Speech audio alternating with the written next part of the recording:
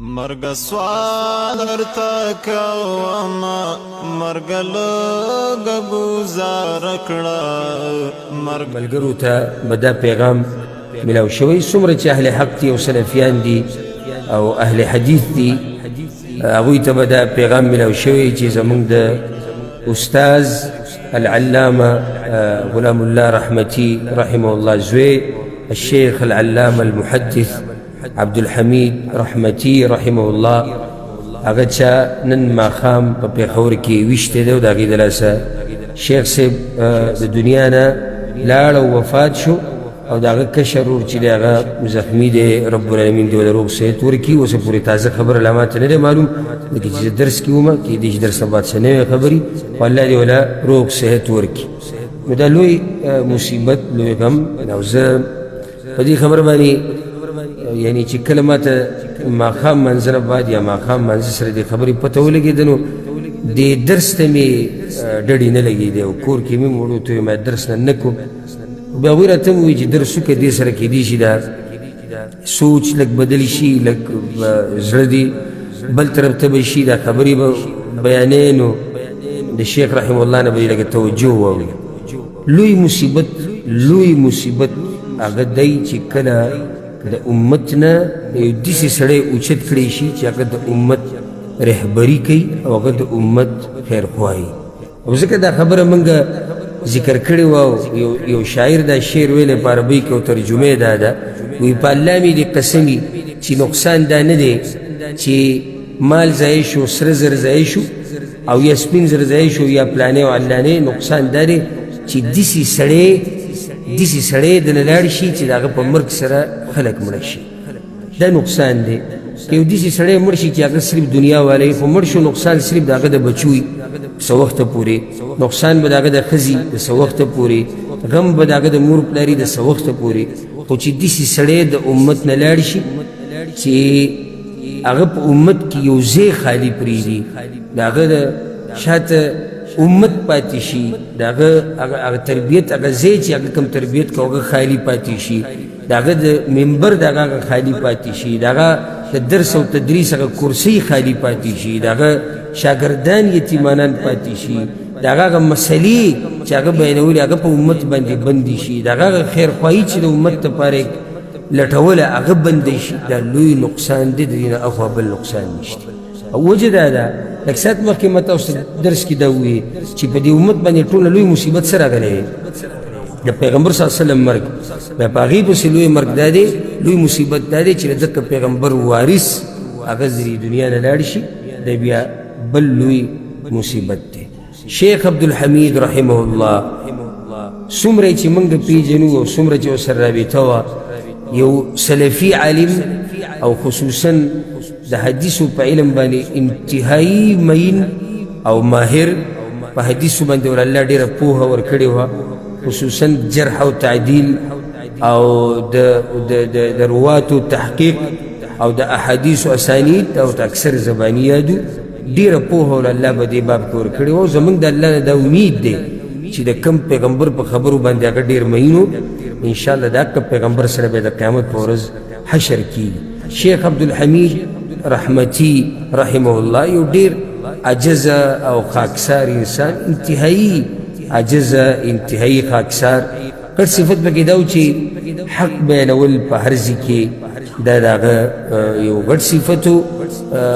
د چا ملامتګر د ملامتیا نه به نه یېرېدو چې څوک به راته دا ووایي یا دغه به ووایي نو شیخ رحمه الله د دې دنیا نه نن لاړو ټول د دنیا نه تلونکي دي او نن یا سبا موږ به پکې هم نه یو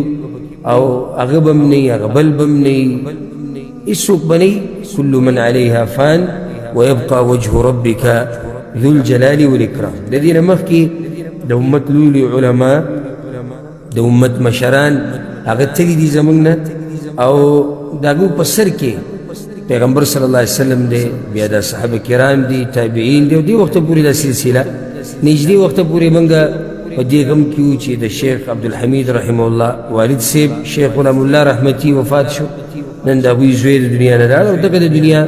یو طریقه د سنت الله دا د الله طریقه ده بدلیږي نه چې څوک هم دې دنیا ته راشي نو د هغه یو نیټه ده او هغه به د دنیا نه ځي غم صرف دغه دی خفګان په دې دی چې شیخ عبدالحمید رحمتي یو بدن چې هغې کې دننه زړی پای کې دننه غوښی پای کې دننه هډوکی پای کې رګونی صرف یو بدن په خاورو کې نه دی ایښودی شوی بلکې نن د شیخ عبدالحمید رحمتي د ښخېدو سره د حدیثو ډیر علم هغه ښخ شو د شیخ عبدالحمید د ښخېدو سره د علم الاسانید او د تحقیق د رواتو د جرح و تعدیل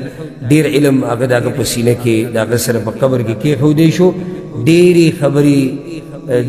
د الله په باره کې د پیغمبر په باره کې چې هغه ته معلومې وي هغه یې د ځان سره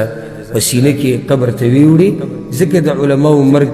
دا لوی مصیبتي ته یو عالم تصریف یو انسان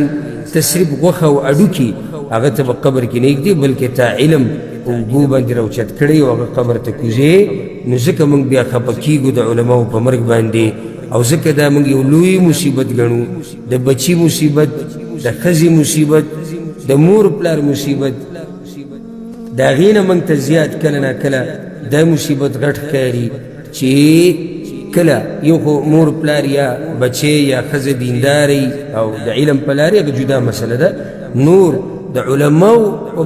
باب کې چې کوم مصیبت دی امت ته رسي د دې ځای هېڅوک نشي ډکولی ځکه کله چې یو عالم د امت نه لاړ شي نو په دې امت کې یو سوړه پیدا شي یو خالي ځای پیدا شي چې دا ځای بیا بل څوک نشي ډکولی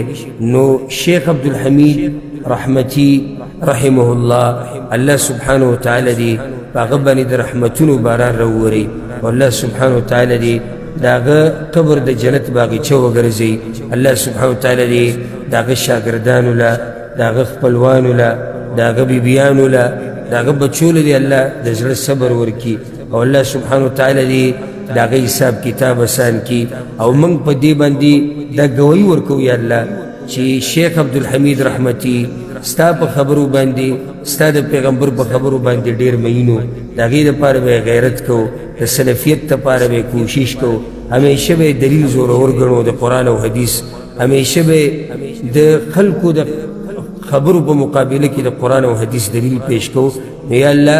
موږ په دې باندې ګوایو د دې د برکته یا الله ته په هغه باندې نن خاص رحم وکړي الله دې هغه د قبر په امتحان کې کامیاب کړي او الله دې د قبر د اولنۍ شپه په هغه باندې د خوشحالو شپو تېره کړي او الله سبحانه وتعالی د هغه کشر ورور چې کوم زخمي شوی دی الله دې هغه له روغ صحت ورکړي او الله سبحانه وتعالی دې زموږ چې څومره علما پاتې دي حق پرست په دې امت کې رب العالمین دې هغه ټولو له برکتي ژوند ورکړي او د هغه ټولو دې الله حفاظت وکړي او څومره چې مړه دي الله دې هغه ټول وبخي هذا والله أعلم وصلى الله وسلم على نبينا محمد وعلى آله وصحبه أجمعين